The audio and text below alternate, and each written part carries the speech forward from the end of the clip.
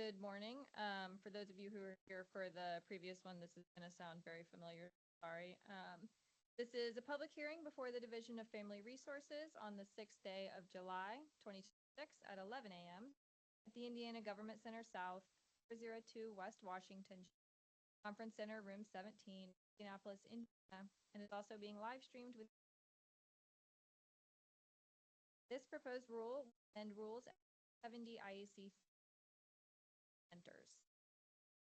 Notice of time and place of this hearing was given as provided by law by publishing 3rd, 2026 on the My name is Amanda DeRoss, and I have been appointed hearing officer. As the hearing officer, I will not answer questions or comments on the proposed. We have a sign-in sheet that should be completed by all individuals desiring to be shown as appearing record and shall be completed by those who desire to be heard. Yeah. If you have not already signed the sheet, please do so at this time. And then if you are joining via Teams, please use the chat feature to write your name and your affiliation in the chat. You'll also find a copy of the proposed regulatory and economic development corporate response to the regulatory by that sign-in sheet. You're welcome to take a copy. Additionally, the proposed rule is posted on the FSSA website at www.in.gov/. Under rulemaking notices, oral statements will be today, and written statements may be emailed to me at fssa.fssa.in.gov or mailed to me at FSSA Attention Cross 402 West Washington, W451, Indianapolis, Indiana 4. Respondent should be identified with a note saying it's a comment regarding LSA document number 26-1. Comments will be accepted until the end of today.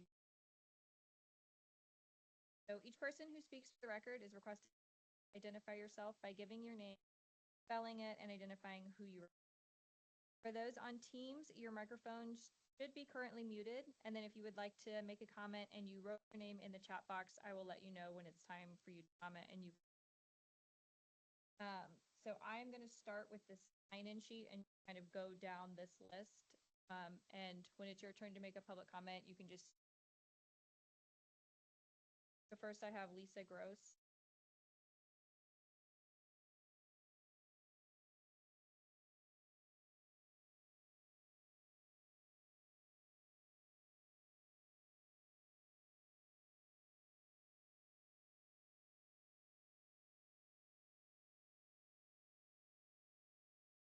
Good morning. Thank you for the opportunity to speak today. My name is Lisa Gross. That's Lisagross.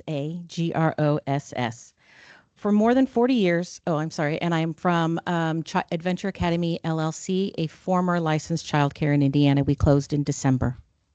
For more than 40 years, I have dedicated my career to early childhood education in Indiana as a teacher, children's minister, preschool director, child care center owner and director, mentor, trainer, and advocate.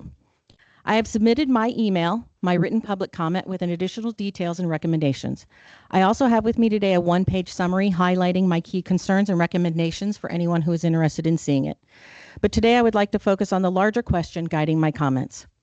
I understand the challenges facing early childhood education because I have lived them. I know what it feels like to try to hire teachers when there's not enough applicants. I know what it feels like to balance increasing costs while trying to maintain affordable care. I know what it feels like to spend hours meeting licensing requirements while also wanting to spend more time supporting teachers and children. Change is needed. I support thoughtful modernization. I support reducing unnecessary administrative burdens. I support finding ways to expand access to high-quality early childhood education for families. But as Indiana considers these changes, I ask that every decision be measured by one question. Are we simply making childcare easier to operate today, or are we building the high-quality early childhood system Indiana's children deserve for tomorrow? I'm concerned that several proposal changes, including changes to educational expectations, director qualifications, and professional language, may unintentionally weaken the very workforce Indiana has worked for years to create. Early childhood teachers support brain development, language, problem solving, social skills, emotional regulation, and the foundations children carry into school and life. That work requires knowledge, it requires skill, it requires professional support.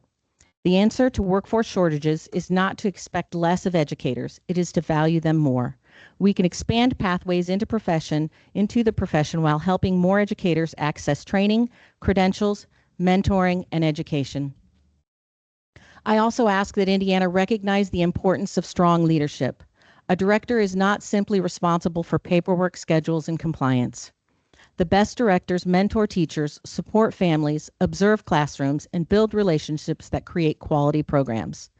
Some of my most important work as a director has been helping a teacher understand a child's behavior differently, supporting a struggling educator, or simply being another trusted adult in a child's life. Quality is built through those daily moments. I believe Indiana can expand access, support providers, reduce unnecessary burdens, and still protect quality. Those goals do not have to compete with one another. Every child experiences early childhood only once. The decisions we make today will shape not only programs and providers, but the children who will become Indiana's future students, workers, parents, and leaders. The future of Indiana is being built today in our earliest classrooms. Let's build it well. Thank you.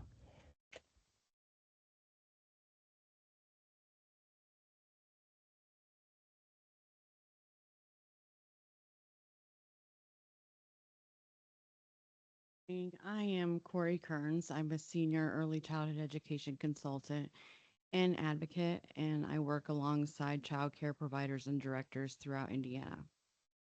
I am here today to provide public comment on the proposed amendments to 470 IAC 3-4.7 through 25, specifically the provisions that reduce educational qualifications for early childhood professionals.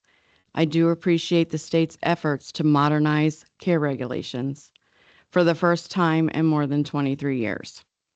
However, I respectfully oppose portions of that rule that lower the educational qualifications for directors, lead caregivers, and other early childhood professionals. All of us are professionals in this room. It is for the children, but we are also a community. Emma, Tangela, Zaheda, Lisa. Indiana's workforce challenges will not be solved by lowering expectations. Instead, we should focus on recruiting, retaining, and supporting qualified educators through stronger investments, professional development, and meaningful workforce supports. Lowering educational standards risks diminishing the value of profession, weakening our workforce pipeline, and ultimately impacting the quality of care and education that children receive during their most critical years of development. I respectfully ask the OE Council to reconsider these provisions and pursue solutions that strengthen, not weaken, the professionalism of Indiana's early childhood workforce. I would also like to reiterate that we are a community. Hannah, Jamie, Catherine, Cindy, Manpreet, Nicole, Corinne, Raina, Mercedes, Amy, Dana, Christy, Deanna, Jessica, Katie, Krista all agree and are not here to speak today, unfortunately.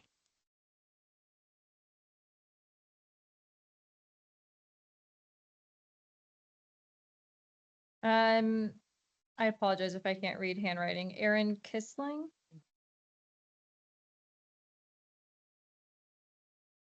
Good morning, and thank you for the opportunity to provide comments regarding the proposed revisions. I'm Erin Kissling, that's ErinKissling,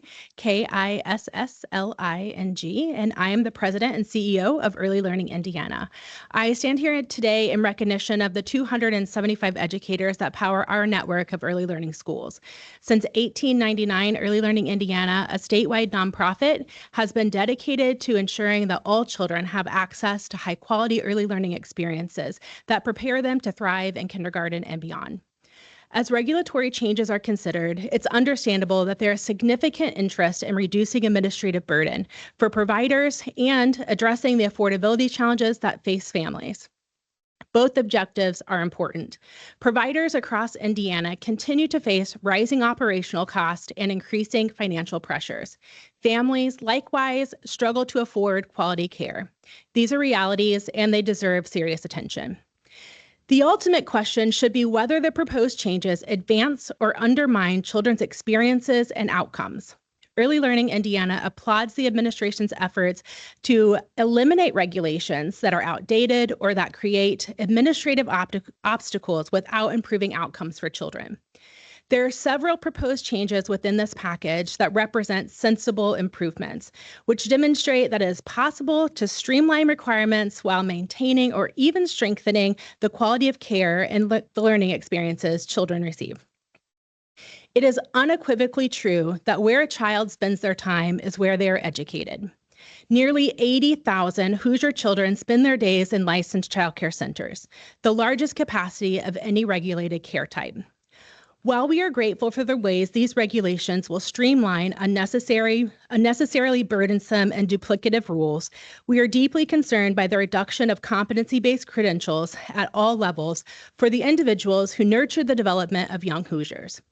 Sensible regulation should require that early learning professionals demonstrate basic competencies such as understanding child development and creating responsive learning environments, in addition to supporting health and safety.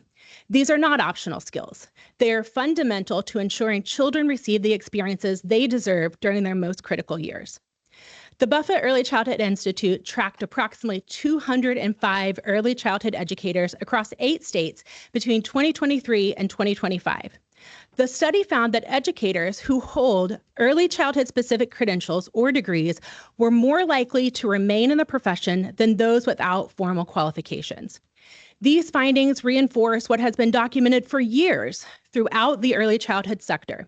Stronger professional preparation contributes to workforce stability. Lowering qualification standards may provide a temporary increase in the pool of eligible applicants, but it is unlikely to produce long-term stability of the early education workforce that Indiana needs. In fact, by increasing the proportion of employees who are statistically more likely to leave the profession, these changes could increase turnover-related costs for providers in the long term. Teaching and nurturing young children demands specialized knowledge and professional judgment. And Indiana has made meaningful progress over the last 2 decades in elevating the quality of its early learning system. As regulations are revised, it is important not to reverse progress that has taken years to build. Thank you for considering these comments and for your commitment to ensuring that Indiana's early learning system continues to contribute to the well-being of children and their families and the communities that we serve. Thank you.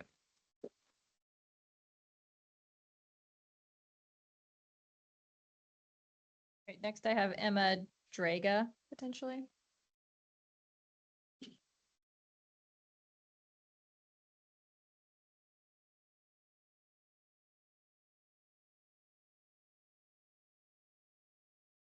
Good morning. Thank you for the opportunity to provide testimony on the proposed amendments to Indiana's childcare licensing rules, including director qualifications, lead educator qualifications, and related definition changes.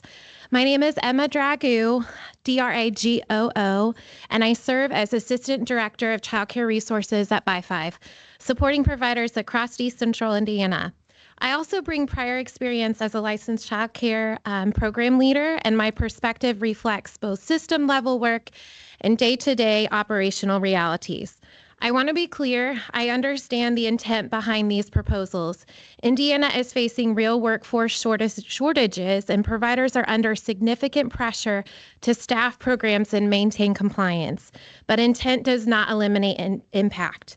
Taken together, these changes represent a meaningful reduction in baseline expectations for early childhood leadership and classroom practice. A childcare director is not an administrative role. Directors are responsible for regulatory compliance, staff supervision, curriculum oversight, family engagement, budgeting, safety systems, and program quality. While experience matters, it does not replace foundational preparation in child development and leadership. Research from the National Institute for Early Education Research shows that higher director qualifications are consistently associated with higher program quality and stronger staff stability. Lowering requirements without a clear, structured, alternative pathway introduces inconsistency and leadership preparation across the state. It also does not address the primary drivers of workforce shortages.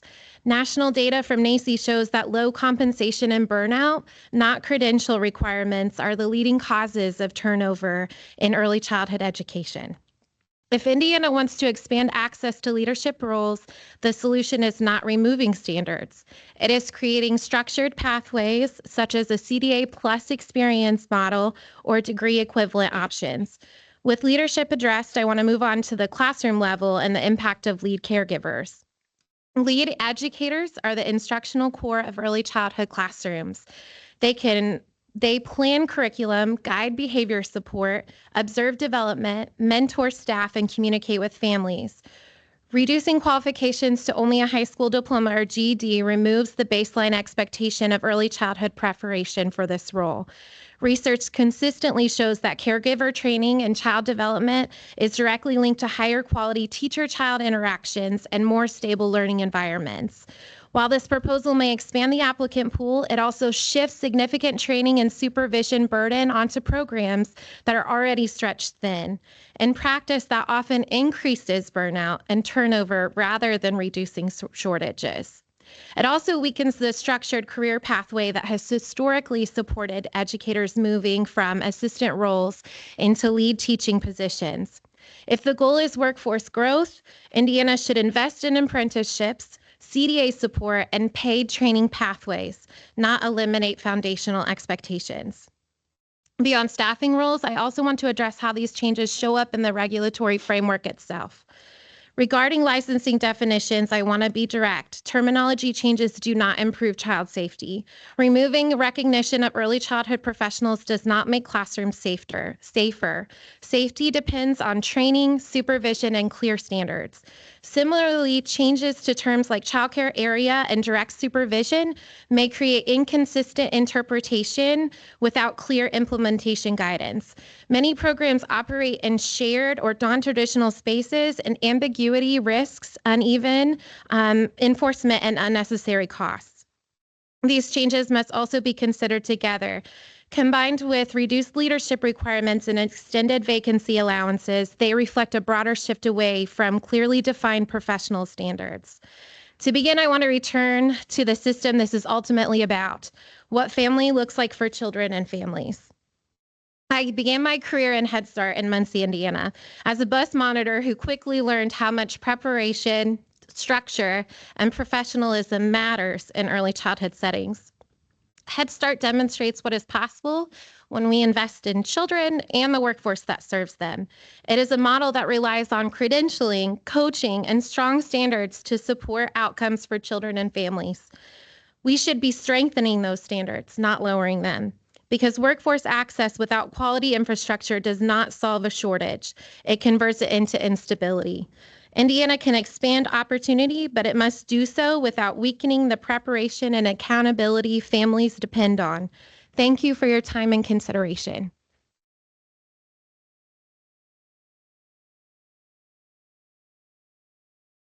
Next up is Jennifer Lee.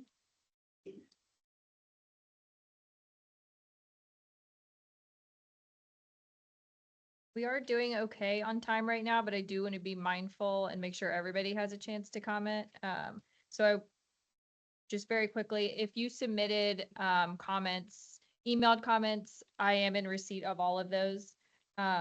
You're obviously welcome to still get up and make a comment, but if you want to summarize or keep it to 3 or 4 minutes, that might be best, just so everybody has a chance. Thank you. Good morning, and thank you for this opportunity to provide public comment. My name is Jennifer Lee, Jenniferlee, and I was a former child care provider. I worked for the Child Care Resource and Referral Network, and today I represent myself and here to advocate for early childhood professionals as well as provide support to them. I am concerned about several of the proposed changes to Indiana's child care licensing regulations and the potential impact they may have on the quality of early childhood education across our state. I recognize that Indiana, like many states, continue to face significant workforce challenges in the early childhood sector. Child care providers are struggling to recruit and retain qualified staff, and I appreciate the agency's efforts to address these challenges. However, I believe some of these proposed changes risk solving one problem while creating another. Taken together, the proposed revisions lower expectations for early childhood professionals. They remove educational requirements, eliminate credentialing pathways, and reduce incentives for professional growth. In addition, they remove the minimum standards for educational materials and learning environments that have long been considered essential components of quality early childhood programs. Early childhood educators do far more than supervise children. They support brain development during the most critical years of life. They identify developmental concerns, build relationships with families, create engaging learning experiences, and they lay the foundation for future academic success. These responsibilities require knowledge, training, and professional preparation. I am particularly concerned about the removal of the requirements for learning centers and educational materials. Under the proposed changes, licensed programs would no longer be required to provide literacy materials, dramatic play opportunities, science and discovery experiences, art centers, blocks areas, or sensory activities. They would just have to have the bare minimum for their classrooms. While these elements may be addressed through Indiana's quality rating system, quality initiatives should enhance quality, not replace minimum standards. Every child in a licensed program deserves access to a rich learning environment, regardless of where they live or which licensed provider they attend. I am also concerned about the message these changes send to the workforce. Eliminating references to early childhood professionals, lowering educational requirements for leadership positions, and removing pathways that encourage continued education may unintentionally undermine years of work to professionalize the field. At a time when we need to elevate the profession, improve compensation, and attract talented individuals, these changes appear to lower expectations rather than strengthen supports. Finally, I am concerned that some of these changes appear to be justified by aligning Indiana's requirements with those of surrounding states. While it is important to understand regional trends, Indiana should not determine its standards based on the lowest common denominator. Our goal is to set the standard, not lower it. Indiana has invested significant resources in strengthening early childhood education, improving quality, supporting workforce development, and increasing school readiness. Rather than asking what neighboring states require, we should be asking what Indiana's children need to thrive and what standards will best support their success. Indiana's children deserve more than minimum compliance. They deserve a state that leads with high expectations, supports providers in achieving them, and recognizes that quality early childhood education is one of the most important investments we can make into our future. I respectfully urge the agency to reconsider these proposed changes and maintain standards that reflect Indiana's commitment to excellence for young children, for families, and for our early childhood professionals. Thank you for your consideration.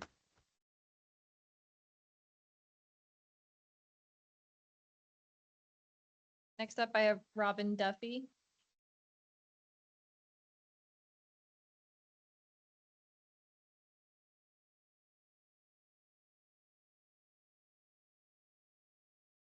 Good morning, and thank you for the time today. As everybody else has already stated, we appreciate this opportunity. My name is Robin Duffy, and I am here, Robyn Duffy. I am here representing the Grant County Early Childhood Coalition.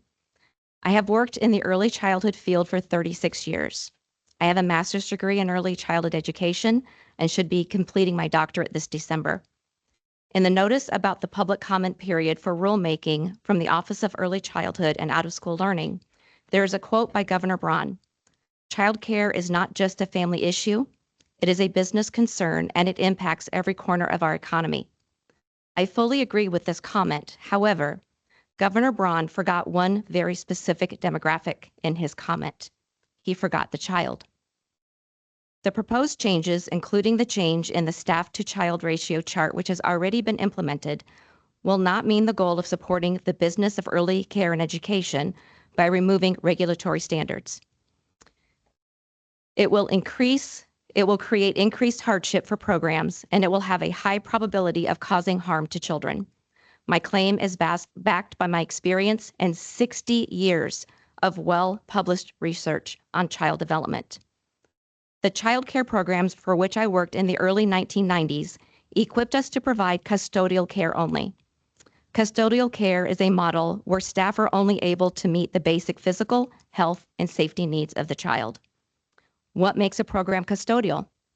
Staff-to-child ratios are so high that children are not able to have individualized attention from the teacher. Program staff have little to no training in child development. The supervisory structure does not provide reflective supervision or mentoring. Classroom materials are minimal.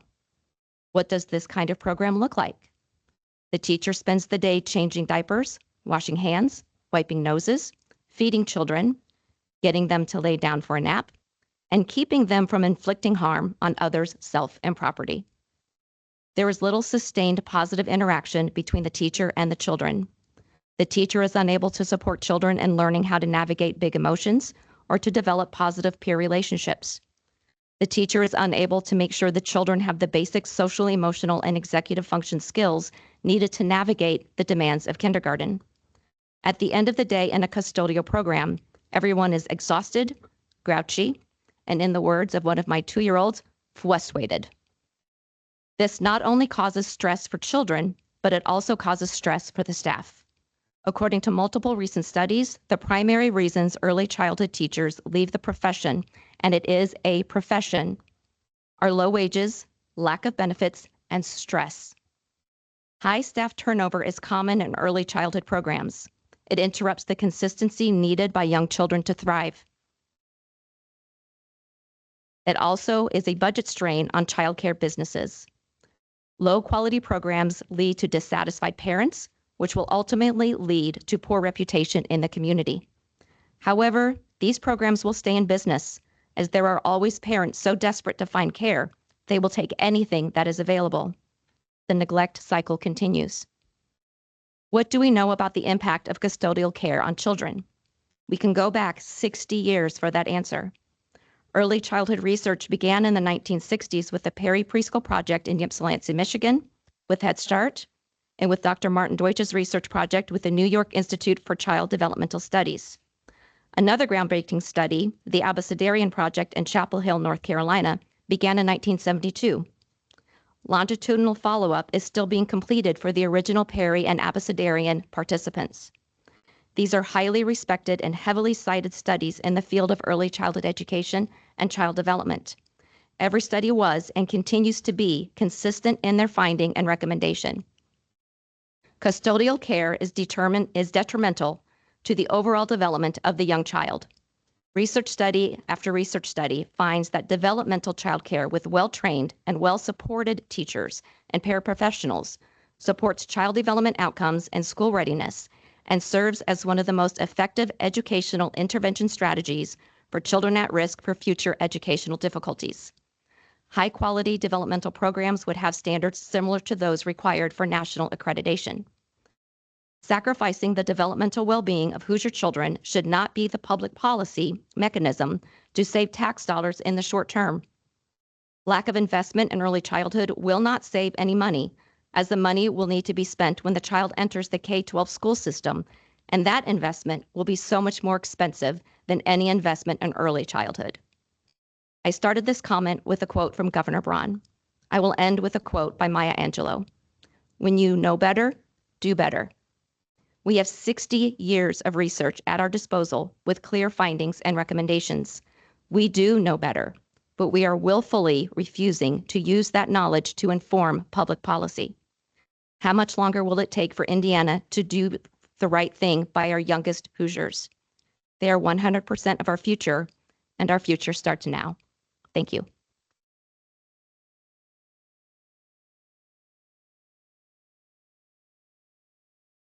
Beth Wickham.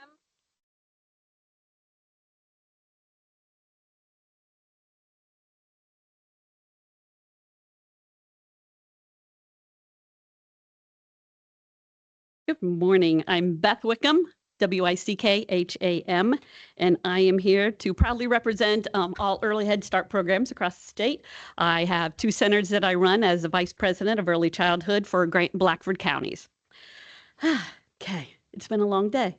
It's been a lot of tension. There's a lot of emotions. But the best conversations aren't the ones where everyone agrees. They're the ones where everyone feels heard. My hope is that today's conversation is guided by one simple question: what is the best for Indiana's children and families?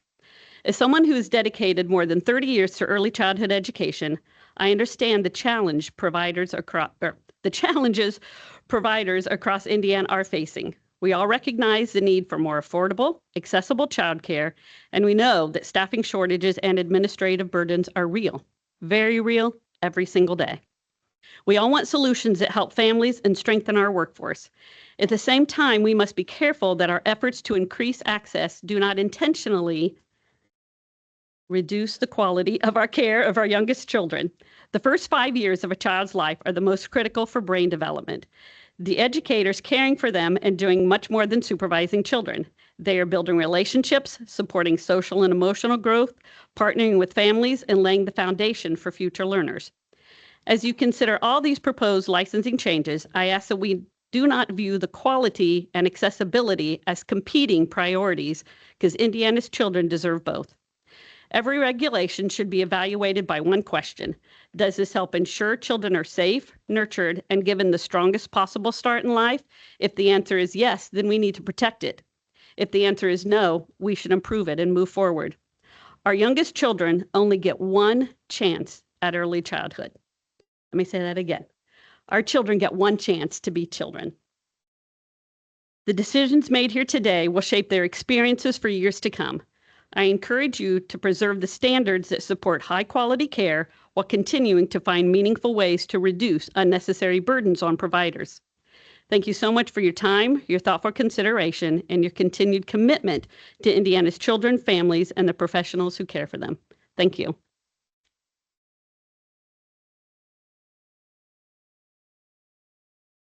Nancy Ward, you're gonna come, okay. Omar Khan.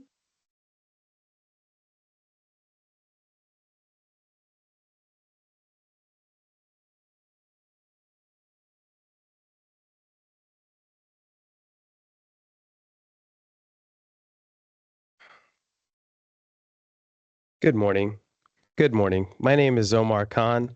That is O-M-A-R, last name Khan, K-H-A-N. I am the president and founder of the Indiana Child Care Business Alliance, a newly formed coalition of licensed for-profit child care businesses across our state. The Indiana Child Care Business Alliance represents more than 75 licensed child care schools across Indiana, collectively serving over 10,000 children in our early learning and care programs. Our members range from single-location family-owned centers to multi-site regional operators and nationally recognized brands. We are parents, we are businesses, we are employers, we are community partners, and every single one of us is deeply committed to the safety, development, and well-being of every child in our care. We submitted our official statement last week, and we applaud the endeavor to update these rules. Let me start with what we support. Because there is a great deal here that we do get right, we strongly support the physical presence and supervision language. We support making intruder drills and statewide requirement. We support mandatory allergy emergency plans, and we also support the flexibility of mixed age grouping during opening and closing hours. There are also several areas we believe still need serious evaluation before this rule is finalized. I want to start with one that concerns us the most. The proposed rule significantly reduces the educational standards for both directors and caregivers, and we believe this is the single most consequential change in this entire rule revision. Under the current proposal, a director, the person responsible for the safety, staffing, curriculum, compliance, and daily operation of a licensed child care center would no longer be required to hold an associate degree. And a teacher, the person in the room with your child every single day, would no longer be required to hold a high school diploma or GED. We are talking about the people responsible for infants, for toddlers, for children who cannot yet speak for themselves, and Indiana is proposing to make this the least educated child care teacher workforce in the entire region. Every surrounding state still maintains a meaningful educational floor. Illinois, Michigan, Ohio, Kentucky all have standards of high school diploma or GED equivalent. And every one of those states is continuing to hold those standards. Indiana would be the only state in our region that does not. We are not opposed to workforce development. We fully support creative pathways to help people earn credentials, but removing the floor entirely is not workforce development. It is abandonment of standards that exist to protect children. Caregivers are teaching our children every day. They are reading to them, documenting injuries, communicating with families, administering first aid, managing allergy emergencies, using child care management software. You cannot do those things without basic literacy and education. We are asking this panel, please do not lower this standard. Beyond education standards, we have several other concerns. We oppose allowing sleeping bags on a carpeted surface, as this could also bring in other transferable things to children and could be a safety issue. A cot with a wipeable surface is the right standard. We oppose allowing portable wading pools in licensed early childhood settings. The drowning risk is even shallow water for young children is well documented. Splash pads and sprinklers are a great alternative. And we oppose removing the changing table requirement and the paper barrier standard. This lowers the floor without creating real savings for centers that have already made that investment. The Indiana Child Care Business Alliance came here today as a partner in this process. We want a regulatory framework that is modern, clear, enforceable, and truly protective of children, while also being workable for the businesses that serve them. We believe this rule gets much right, and we have identified the areas that still need evaluation, and we hope today is the beginning of an ongoing dialogue between OE CASEL and the Indiana licensed child care business community, not a one-time comment cycle. If you are a licensed child care provider in Indiana and you share these concerns, we invite you to learn more about the Indiana Child Care Business Alliance, and as we gain traction and momentum, more voices will follow. Our full written commitment, including proposed red line language, has been submitted, and we welcome any follow-up conversation. Thank you.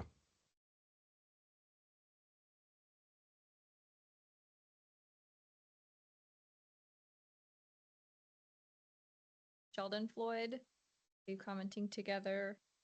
Separate? My wife is Okay. Tangela. Yeah. Just very short. I think a lot of things have been said. I am Sheldon Floyd of Rosie's Tiny Tots Daycare Ministry, located at 38th and Emerson, within the circle.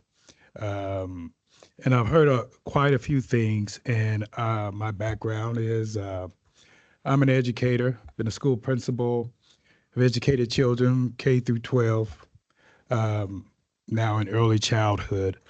And one thing I'm hearing in all of the things that were written is one size trying to fit all, and one size does not fit all. For example, Rosie Tiny Tots serves 6 weeks through 12 years of age. Most of our parents have transportation issues. That's not mentioned. And what are the needs of people? So I hear equality, but I don't hear equity. And so when we're talking about equity, we're talking about what is needed for the children in different areas, because not all children have been born equally, right? And so because of that, we need to be thinking about how we can free up childcare centers and support childcare centers based off of the people that they serve. And I don't see that. Another thing is $1 for one center does not pay for the same in another, due to family socioeconomic levels. So not every dollar is equal. Just because you say we're giving everybody the same dollar doesn't mean it stretches the same. Because there are some places that have the benefit to where they can support the child care center even more. Teacher appreciation days and oh, we need this, we need that. And so families get together and they bring things in so that their children in that facility are supported in the way they want them to be supported. But not everybody has the same opportunities, the same supports, the same money to be able to do all that they want to do for children. And I don't see that in the support of childcare, early childcare. I believe that the right teacher can change the trajectory of a family. I think most of the people in this room would agree with that. If you think about the teachers that you've had over time, the Miss So-and-so, the Mrs. So-and-so, the Mr. So-and-so that supported you. And I look around this room and I see a lot of women who have children. I'm not going to ask you to raise your hand if you have children or if you have grandchildren and all of that, but I do see a lot of women who have children, which makes it senseless to me that we're sitting here and we're talking about children as if it's just anything, it's just an itemized deduction or whatever. There's a lot of power in this room, and there's a lot of people in this room that have been educated by educators. And those educators that have been in your life, they have been special to you. Some of you, the reason why you sit here is because there has been in your life powerful educators at different levels. But we act as if education is not important. But most of the people in this room have been educated, even myself. So I just find it funny that we're having this conversation, and this is such a struggle. When we talk about taxpayers, and we want to build up taxpayers to be able to earn the greatest dollar, so therefore they can pay taxes. If they not educated well, even in early childhood, and we say that, hey, they got to pass these Indiana state standards, but we won't support them at the earliest level for them to be able to set the trajectory of their intellectual prowessness in the classroom. What are we saying? Are we setting people up for failure? And then we're saying, look at those kids. Look how they can't perform. I've lived long enough to know when unfairness is being built. And unfairness is being built, or has been built, or is being considered. And I just cannot sit by and see children held to a high expectation, but not the same support. We have to balance that. And so I believe the right teacher can change lives. And I think if you think about the teachers in your life, or has been in your life, and you, if you are a teacher, the children that have passed through your lives and who you've impacted.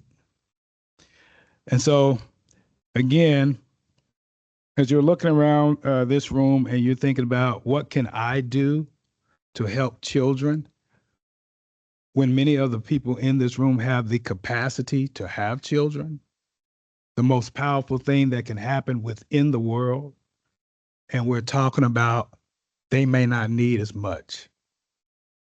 They don't need that. They don't need this. They can sleep on the floor.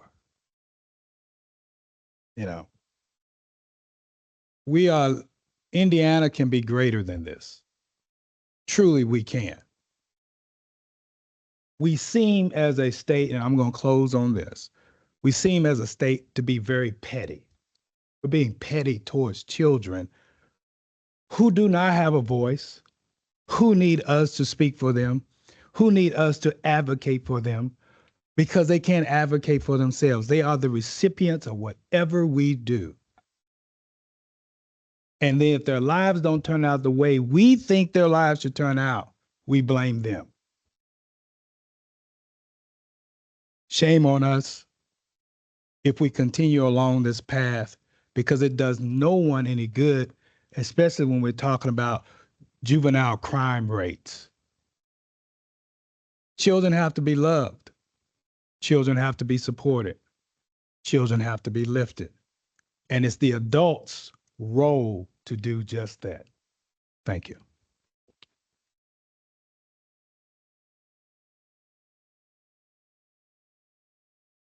Right, next we have Amy Van Bruggen.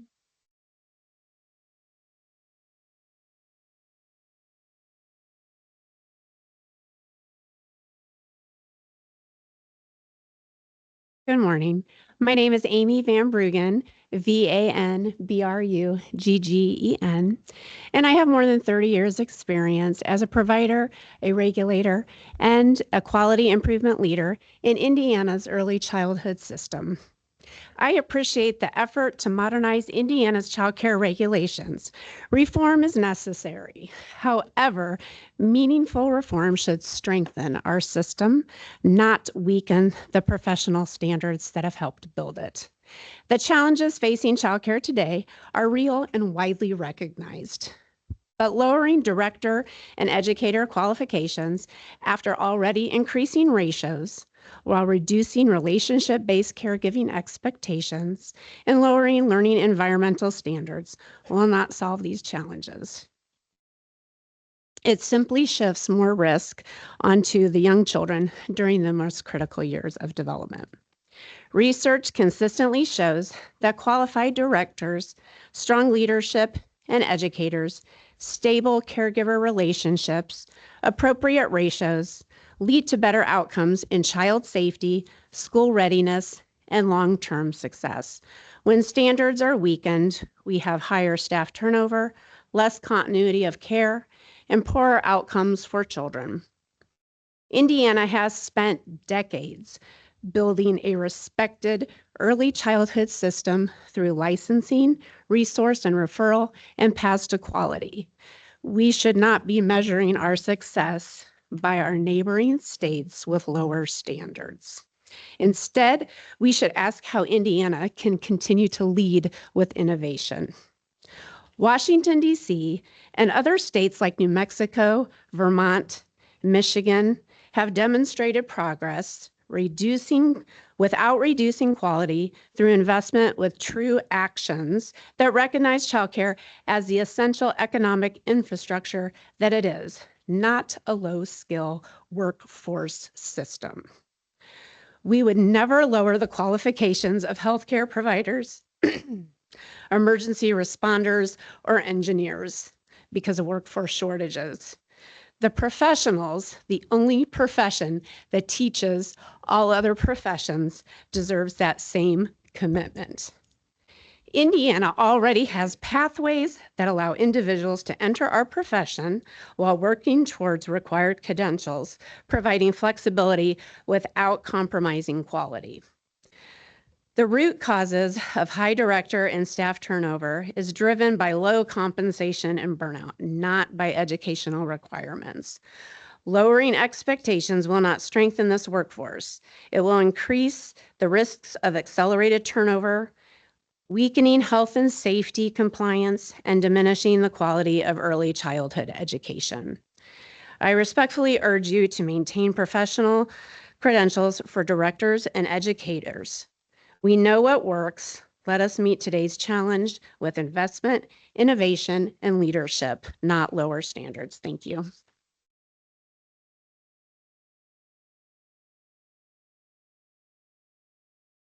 Okay, next up, I can't quite read the handwriting, DeAndrea Bell. Okay, then we go to Austin Scales.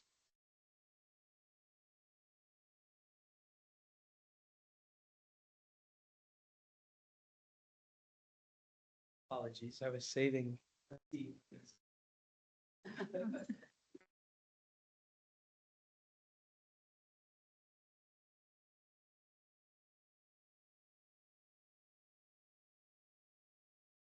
Hi, my name is Austin Scales, Scales. I'm a lead educator in Muncie, Indiana at United Daycare Center. We serve families primarily low income. Over 90% of the children in our care are on vouchers. I went to Ball State to get a bachelor's degree in elementary education and special education. I looked up to my grandmother at that time, who was in the special education classroom. And when I told her what I was going to do, she cried, not of joy, of sadness for me, because she knew what I was walking into. And she was right.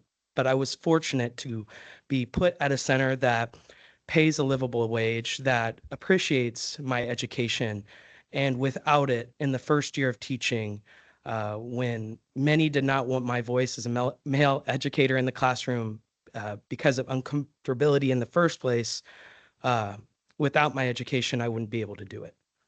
A lot of the children in my care have experienced severe, significant trauma, more than imaginable in this room, possibly.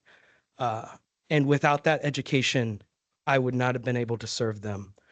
I would not have been able to earn by5's Outstanding Early Child Educator Award in 2025 or Indiana AYC's Hoosier Educator Award in 2026. I would not have been able to have the opportunities to learn and teach and educate others. I would not have been able to stay to do any of this vital work.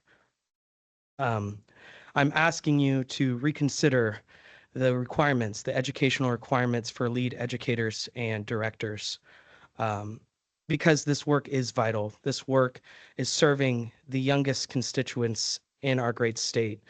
And to be able to do this job is to have the knowledge and resources to provide that care. That is all I have to say. Thank you.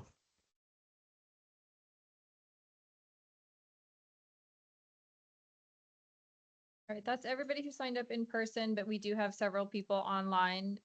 So I'm just going to go through the list. Hannah Wetzel, if you can unmute yourself.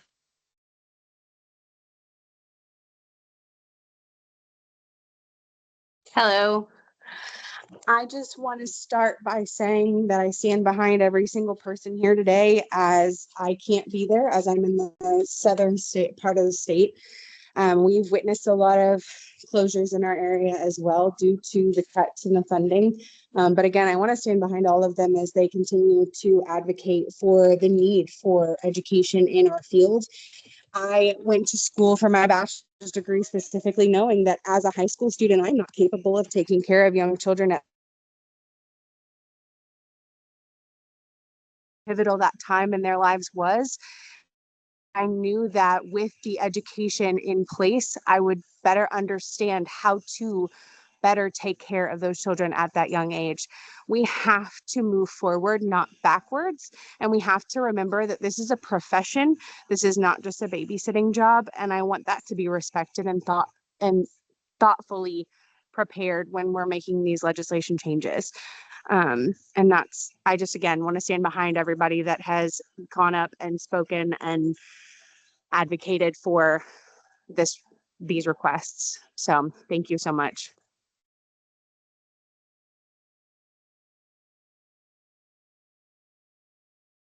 Next, we have Tanya Beasy.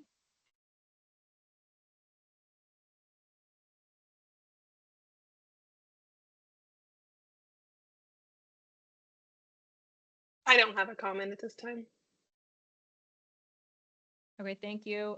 Next on the list is Holly Maxwell.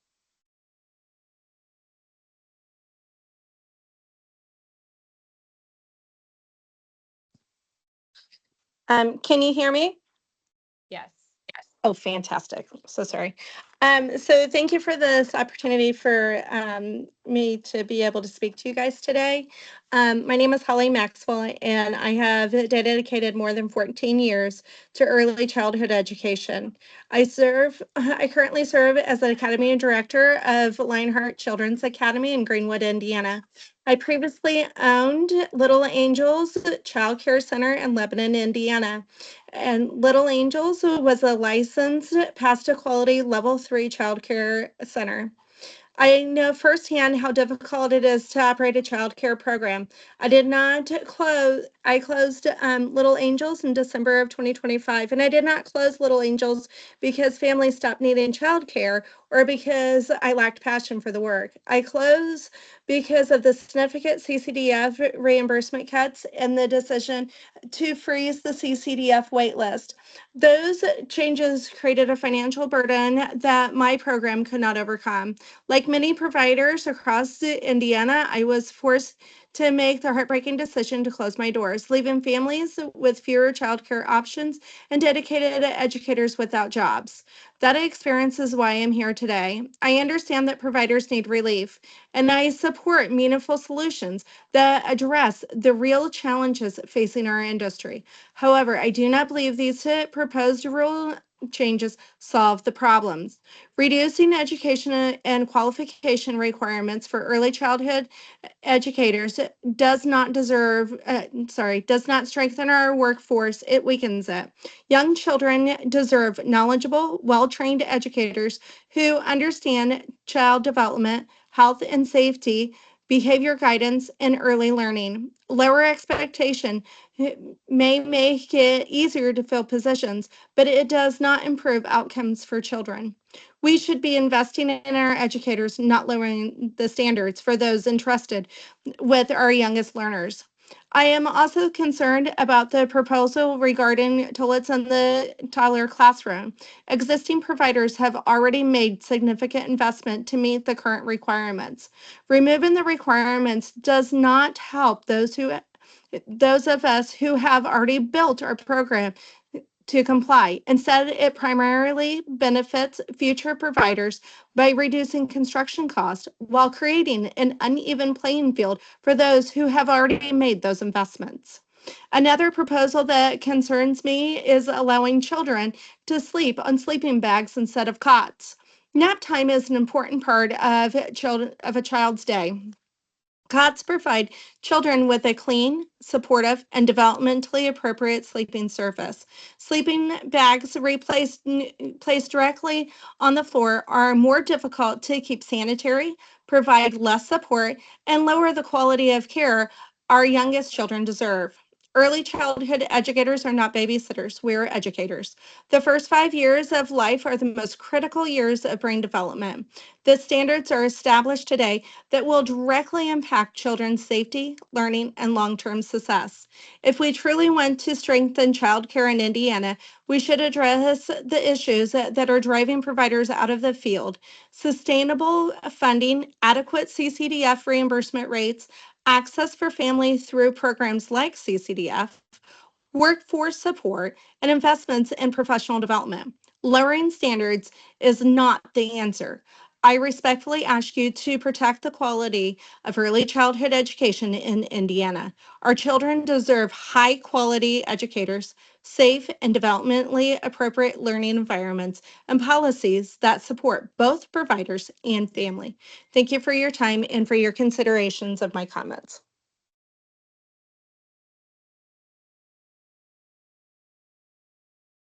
Thank you. We do have several more people who have signed up online. And again, just want to be mindful of time. Technically, this does end in 2 minutes. We can go over a little bit, but if you could make your comment brief, just so everybody has a chance to comment, that would be appreciated. Next up, I have Austin Raley. Yes, good morning. Can you hear me? Yes. Perfect. On behalf of KinderCare, hello, my name is Austin Raley. I'm the Government Relations Associate at KinderCare. And on behalf of KinderCare, we want to applaud OA Council for taking the time to do these draft rules and make sure that, one, all of the outdated and/or redundant systems that exist are going to be helping families in Indiana. KinderCare proudly serves over 3,500 children across 65 high-quality learning centers and across Indiana, and are employed close to 960 Hoosiers who dedicate their careers to care, safety, and the development of young children. We roughly serve about 47% of children who are on some type of subsidy or assistance, which means that whether it's a private pay family or it's a family who's receiving some assistance, we are enrolling that family immediately. To keep my comments brief, one, I want to reiterate the comments made by Omar Khan and the Indiana Child Care Business Association, as we fully support those amendments, and we also support all of the applauding of the changes that were made.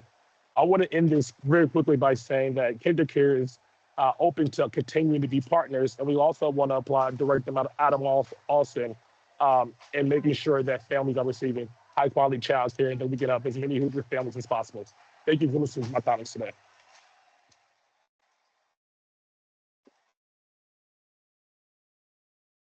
Next, I have Ashanti Ordone. Thank you for the opportunity to speak today. My name is Ashanti Ordone. I'm the owner and CEO of Gifted and Talented Academy, 3 early learning centers in Indianapolis, 2 of which are rated Path to Quality Level 4 and are accredited by NECBA, brand new center that is a Path to Quality Level 3 center. Clearly, we support high quality early learning in the state of Indiana. At Gifted and Talented Academy, we strongly oppose the proposed rule changes that are directed toward reducing the quality of care. We agree with those who have spoken today, especially Omar Khan and the Indiana Child Care Business Alliance, about the need for greater professionalism in early childhood education. That's exactly why we should be raising standards, not lowering them. Early childhood educators are brain architects. We shape the first 5 years of a child's development, the most critical years for lifelong learning and success. Lowering qualifications for teachers and directors sends the wrong message about the importance of our profession. I also oppose reducing health and safety standards, including the requirements that have been proposed to be reduced regarding changing tables and sleeping cots. Families deserve to know their children are receiving the highest quality care in safe, developmentally appropriate environments. If Indiana wants to build a stronger workforce and attract future business, it starts with investing in our youngest learners. I respectfully urge you to reject these proposed changes and instead adopt policies that strengthen, not weaken, the standards for early learning. Thank you.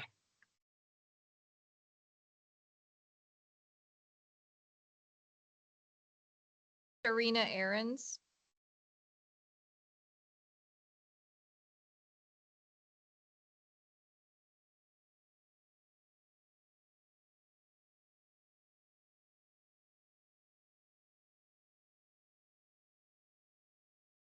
Serena Aarons. Not, we'll skip to Jamie Madigan.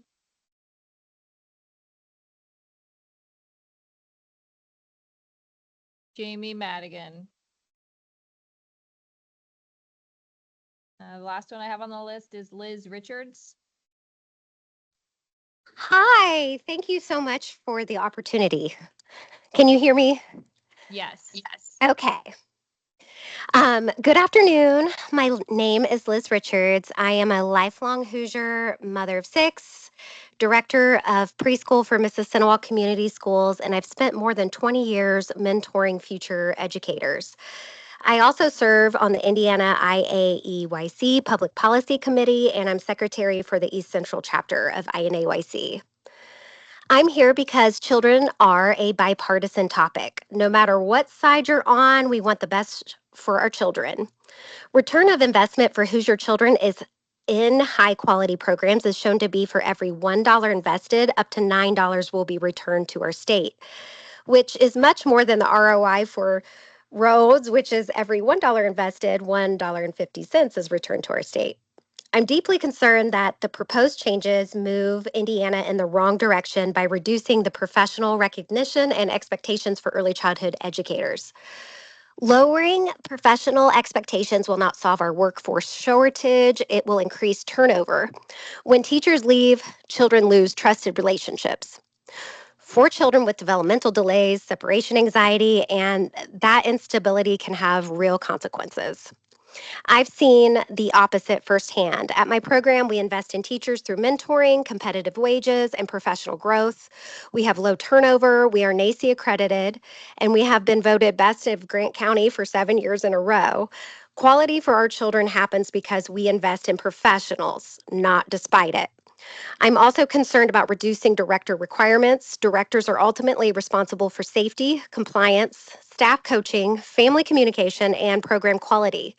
Requiring less leadership presence doesn't reduce responsibility, it actually increases the risk. And personally, I do not welcome the legal responsibility of putting someone less qualified in my place.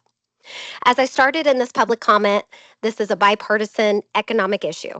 Research consistently shows that every dollar invested in high quality early childhood education returns several dollars through higher earnings, reduced special education costs, and lower involvement in the criminal justice system.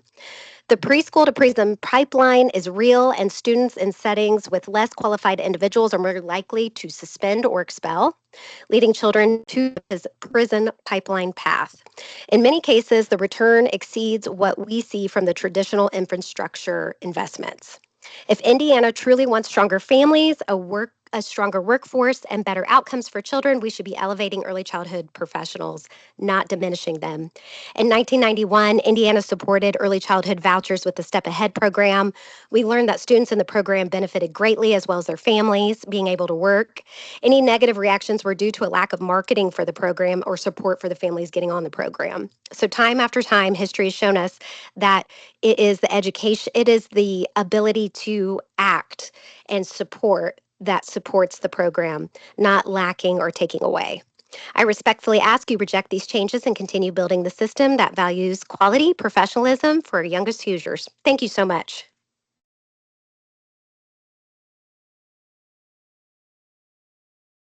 All right, is there anybody else in the room or online who'd like to make a public comment? Oh. Erica Watkins. Yes, good morning Central Standard and good afternoon for all of those on Eastern. I am Erica Watkins. I am director and co-owner of Lisa's Safe Haven in Lake County, Indiana.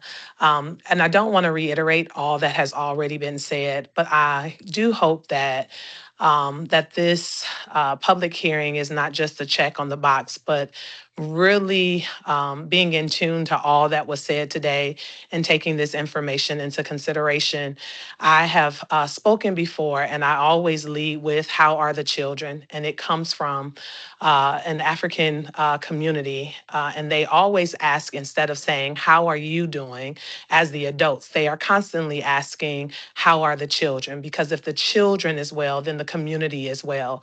And so I emphasize everything that has been said today and oppose those changes, because if we have been doing well and these policies had already been changed from years before, it is the concept of not going backwards, but moving forward, because we know what high quality consists of, and we want to continue to move in that direction.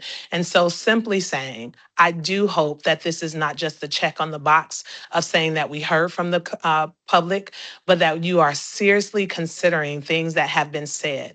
Because I would say to everyone who sits on this board and on this council, would you allow your child to sleep on the floor in a sleeping bag? Would you allow your child to attend a child care facility that does not perform high quality? If you think on those lines, I do believe that you'll make the changes necessary that will benefit the children and the families of Indiana Hoosiers. Thank you.